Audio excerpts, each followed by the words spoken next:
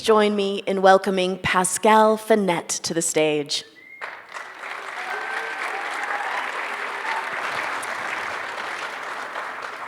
Leading with humanity in the time of AI, co-founder of Radical and author of Disrupt Disruption, Pascal Finette shows how leaders can stay creative, grounded, and empathetic, even as technology accelerates change.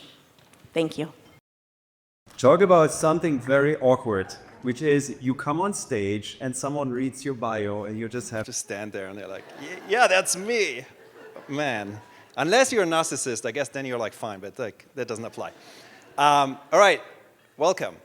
You just want to say something. We're going to talk about technology. I'm going to talk about a little bit more about AI, if you haven't heard enough of it. One thing AI surely can't give us is that experience you just had. Like, just so we're clear, right? Yes. You might get the music, so AI is actually relatively good at making music these days, but you will never get this experience, so there's something to be cherished. I want to go, thank you. I want to go full circle to the video which opened up our conversation this evening, sorry. It's like, feels all the same for me. And I want to bring us back a little bit into this world of technology. I want to talk about technology a little bit. And here's the reason why I'm on this stage. I just had and this is Inside Baseball, which, by the way, is a very funny thing for me to say. I grew up in Germany. We have no baseball. To this day, I don't understand the rules. But yes, Inside Baseball. Rustin and I were just behind stage and said, one of the reasons why we put this on was you told me this story. And the story goes, my world, my job, the thing I do every day is I stand in front of executives, typically C-suite, very large corporations, and we talk about the future, and the future clearly includes AI. And we teach them how to better see and anticipate the future. And guess what is the number one question I get after we get through all the business bullshit? It is, they come to me and say, Pascal, I get all of that stuff, but forget the business for a second. What does this mean for my kiddo? And it makes perfect sense. Because we're living in a really interesting world. And I want to start with a quote. This one here is Stuart Brand. Stuart is a legend in Silicon Valley. He founded, amongst many other things, the Whole Earth Catalog, which was the printed version of the internet before there was an internet. And he said this something like 40 years ago. He said, this present moment was once the unimaginable future. And if anything today, that is exactly how I feel, literally, how I feel when I look at what we are experiencing. And you clearly can take this in any which direction you want. Technology, 100%. And just to kick us off, if you're feeling a little bit like my feline friend over here, so you're getting ready to jump into this future, you're taking in all this information, everything we teach you, everything you heard so far, you're getting ready to run a few more data points, and you make this leap, and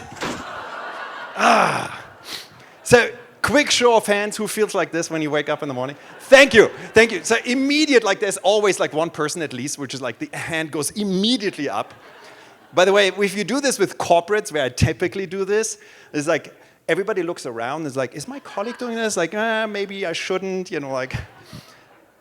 I've been doing this tech thing for 30 plus years now, and no joke, ever since ChatGPT came out, this is how I feel every morning. It is crazy. It is crazy how fast this world is changing. Also, just as a quick note, every good presentation has to start with a cat video, so just very clear. Yes. And if you happen to be a cat person, I'm a dog person. We rescued a greyhound. I've had dogs all my life. So I don't really care about cats, but if you happen to be a cat person, rest assured, no cat was being harmed in the making of this video. Cat is fine. My point about this cat video, though, is A, it is how we're feeling. B, I hope that this gathering helps you a little bit make that jump, this leap a little bit better. And let me just add a little bit to this world. Now, if you're feeling that this world is going crazy, let me back this up a little bit. This here is what is called the World Uncertainty Index.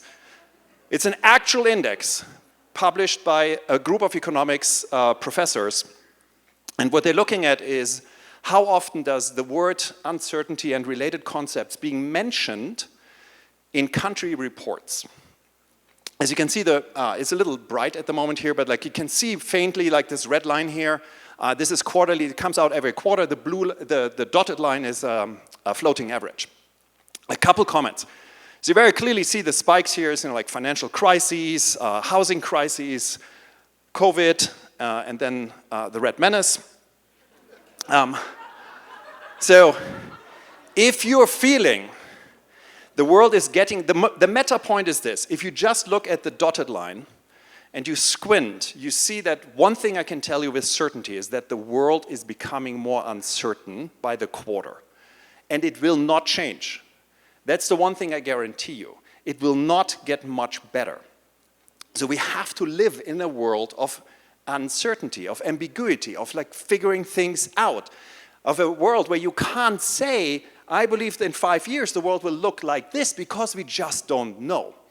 And the question I like to ask people a lot is, I want to ask you is like, I want to have you reflect on this a little bit. And I typically ask this again, like of corporates, of companies, of people, is when you look at your child, the child you're responsible for, your own child, a young person in your life, the question for me is, what do you actually want for them in this world? Like, if you think about what do you want for this kid? And the interesting thing is, I find this over and over and over again, is that what we want is not what we do. Because what we want, and here's the interesting thing is, I'm somewhat an educator, but like, I educate very grown-up children. They still throw their temper tantrums and like all that stuff, right? But they're typically in their 40s and 50s and 60s.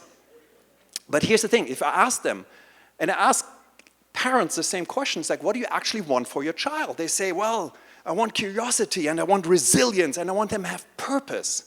And the irony is, like, we do nothing of that. Like, instead of fostering curiosity, we typically go and rate them and give them grades and, kill all of curiosity. Instead of giving them resilience and having them actually be resilient, we pamper them. We put them into like protective bubbles. We don't let them actually experience the world and fail, right? We give them a star for participating. And instead of purpose, we hand you a plan. We say, here's your life plan. Like the other day, I was with someone, a parent, and I kid you not, they sat down with their, I think, 12-year-old, and they were super proud. They showed this to me, and they were like, we developed a 5-year plan. Like, first of all, terrible idea. Secondly, even in the business world, I tell people that doesn't work anymore. Thirdly, you're screwing up your kid because you're removing all purpose for this kid. And then this whole AI thing happens. And the AI thing is actually really fascinating to me, because I really fundamentally believe, and I'll show you in a second what I mean by this, is that we're moving into this very weird world where I talk about this idea of the bifurcation of intelligence. Make no mistake, you can think about AI and you can hate it as much as you want, I don't care. And I'm not an AI maximalist. I'm not a person who's like, oh, AI is the best thing ever, and it's like, whatever. Like, I'm too much of a realist about that. But the challenge with AI is twofold. One is, Fitzgerald once said that the true sign of genius is your ability to hold two diverging points of view in your head at the same time and still function. And when it comes, I'm not saying that I'm a genius at all, but seriously not. But if it comes to AI, I can tell you, on one hand, it's the biggest piece of bullshit I've ever seen in my life. Like, hype and crazy. Yes, sure. And on the second side, I spend 6 hours every day using an AI and being blown away by it every single day of what I can do with it. And it's true at the same time. And here's the thing.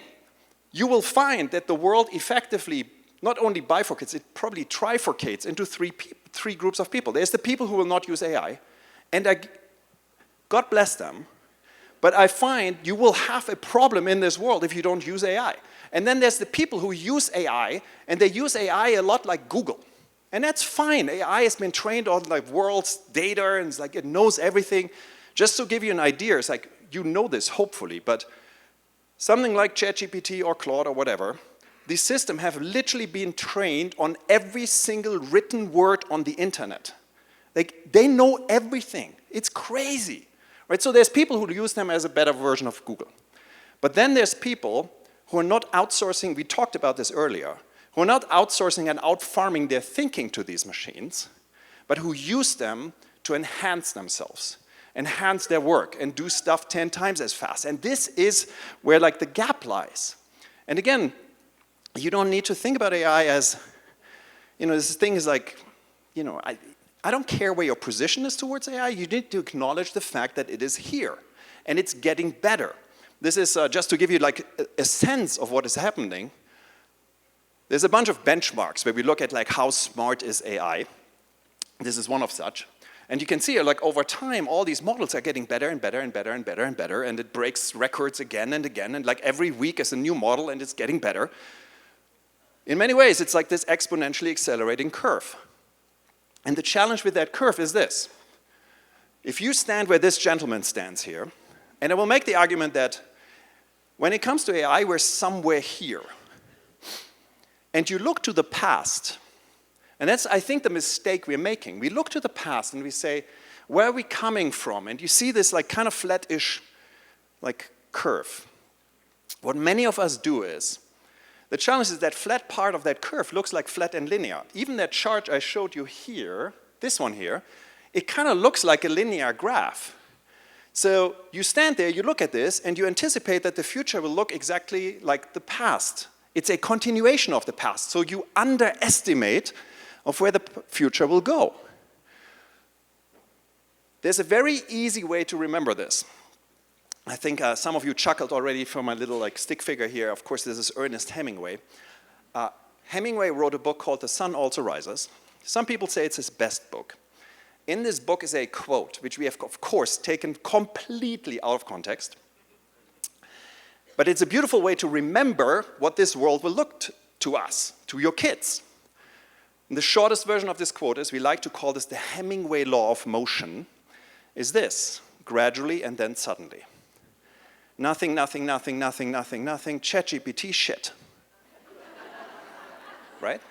And then it gets crazy, because then we're like, oh my God, I can't even keep up with the changes which are happening in the world. And that's literally what's happening in AI at the moment. Another way to think about this is a colleague of ours, Roy Amara. He used to run has unfortunately passed away, but he used to run the Institute for the Future in Palo Alto. He said, we tend to overestimate the effect of technology in the short and underestimate it in the long run. And that has been true in any technology ever. So don't make the mistake of looking at AI and saying, oh, it's so stupid, it can't even do this thing. Yeah, of course, it's stupid today. But it might not be stupid in 5 years and 10 years from now. And now I'm in my 50s.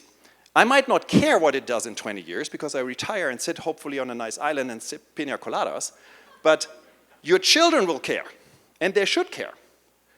And the thing is, like, the challenge with AI is, and I think this is a mistake we're making, is we look at the AI and we think, oh, it's just like an app. It's just like this thing. It's like when we got word processors or Excel. If you're old enough, you remember it's like that stuff being new. Here's a good example. It's like this used to be our desk, and then it turned into this, right? It like everything became digitized and becomes an app on your computer, and then eventually it's an app on your phone. But nothing has actually fundamentally changed. If you use Word, it's still a text processor. It still looks like a typewriter. It's much better, and it does autocomplete and what have you, but it's a typewriter. AI is not like that. AI, if you use it right, is a fundamentally different thing. It is completely different. There's a reason why people talk about this being like, this is like the Industrial Revolution. It's very, very different. The other mistake I see people make is they talk about the future of this, really riles me. Headline, like the future of jobs. X amount of jobs are going to be killed by AI. I don't believe that. Absolutely, there will be job loss through AI, 100%, and it will be pretty devastating. But what actually happens is not jobs, but what happens is that AI replaces component tasks. If you take a job, any job, there's certain tasks in your job which AI will be able to do. But AI is absolute crap at certain things in a job. And this is, I think, where we need to lean into. This is where we have the opportunity. So here's the thing. If you think about, like, what is it actually what you want? Coming back to that question of want. And you think about what can AI do? Like, we want wonder in our kids, right? We want empathy, we want them to emphasize. We want them to originate, to come up with new, original ideas. We want them to care. And here's a fascinating thing. AI does none of those things. Not a single thing. It doesn't wonder because wonder requires you to actually have a perspective on the world. It requires you to have a stake in the world. The AI, any AI, has no stake in the world. It doesn't care. To emphasize means that you actually can walk in someone else's shoes. AI can mimic this, but it will never be able to actually emphasize with a human being. To originate means you need to actually be able to form a not thought through thought which has not ever existed. AI can't do this. AI can only create from what it knows already. And lastly, to care means I need to actually care about you. The one thing I should tell you about AI is AI does not care about you. This morning, just to give you an idea, this morning a research paper came out where they looked at leading AI models, and they had leading AI models essentially play war games. War games as in nuclear destruction war games, like the movie from the whatever, like 80s. Not rather unsurprisingly, AI was way more aggressive than any human and basically played the game, every AI by the way, played the game to its bitter end because it doesn't care, right? So we have to lean into those things. And here's the thing, and this is like where I think the educational part comes back. And I grew up in Germany. I grew up in the most traditional German schooling system. So short of like being hit with a ruler when I got the answer wrong, none of those things happened for us. Like I believe with the things we need to do today, you want as a human, which creates these things as wonder and empathy, is things like boredom, failure, and struggle. But we have removed all of this, mostly from our kids. So my invitation for you is bring back boredom. Protect their time. Like create unstructured time. Use this as like the most important place on the planet. Super important, super hard to do by the way, because very, very clearly like our world is like, you know, has you on these things, the little phones. Change a question you ask, which is a question like, what did you wonder about today? A question I love. This is a question I teach executives, is when they walk through the world. Here's the problem. When we walk through the world, we look at the world and we reason by analog, which is what schooling teaches us, right? It tells us, like, compare this thing to the thing you already know and then figure it out and be quick with it. But it makes you miss the world. It makes you miss seeing the world. And to avoid this, I like to ask the question, isn't that interesting? See something different, see something weird, and you're like, well, wait a second, isn't that interesting? The futurist Jeff Vandermeer once said, the challenge of this world is that we reason by analog. And the easy way to express this is that a circle looks at a square and sees a badly made circle. That's the problem we are having. So protect the time. Ask what you wonder about. And then also as parents, show your kids how you use AI. And don't use AI as a crutch. Don't use AI just to like, look up information. Use AI as something you guide, something which helps you, something which actually explores together with you. And I want to leave you with a last thought, which is this. I'm a futurist by training, and when in the futurist community, we've got this concept. When you look at today and you look at your future, and the future is an expanding timeline, you have a future today, tomorrow, a year from now, 10 years from now. What many of us do is we assume that the future is a very narrow band. In our world, we call this the official future. Every company has an official future. It's the company's plan. A lot of people have an official future. They think the future is this. But the future is a much broader spectrum. There's a cone, a widening cone of probable futures, and an even bigger cone of possible futures. And I think we need to teach our kids and humans who are successful in this world to actually explore these futures, to see the opportunities and then create what we like to call their preferred future. Because that is the part which is uniquely human, your ability to actually affect the future, to create the future you want by envisioning it. It's ironic that in every single written language on the planet, future is singular. a future, the future. Literally every written language. But you don't have a future. You have many, many futures. And I want to leave you with a last, very short video. When I first discovered this video, I saw this video first in the archives of the Computer History Museum in Silicon Valley, where I used to live. And it's a Steve Jobs video. Now, I'm not a big fan of Steve Jobs. Just want to note, like, one thing which is interesting is, like, his whole, like, schooling background. You know this, like, he studied calligraphy, right? Not business, calligraphy. But there's this video from him where he says something which I find so profound and so well thought and through and so well expressed that I want to share it with you. It's a 40-second video, super short. Just to give you a little bit of context, this is Steve in between the years when he was at, so he used to be at Apple, you know this, and then he got fired from Apple, and then he founded a company called Next Computers, thank you, brain fart, Next Computers. And he struggled with Next Computers. Next Computers wasn't like a very, objective, like, success until he then got back to Apple. This is his time when he was struggling at Next Computers. And someone asked him about the world. And this is what he had to say. The thing I would say is, when you grow up, you tend to get told that the world is the way it is, and your life is just to live your life inside the world, try not to bash into the walls too much, try to have a nice family life, have fun, save a little money. But life, that's a very limited life. Life can be much broader once you discover one simple fact, and that is everything around you that you call life was made up by people that were no smarter than you. And you can change it. You can influence it. You can build your own things that other people can use. And the minute that you understand that you can poke life and actually something will, if you push in, something will pop out the other side, that you can change it, you can mold it, that's maybe the most important thing.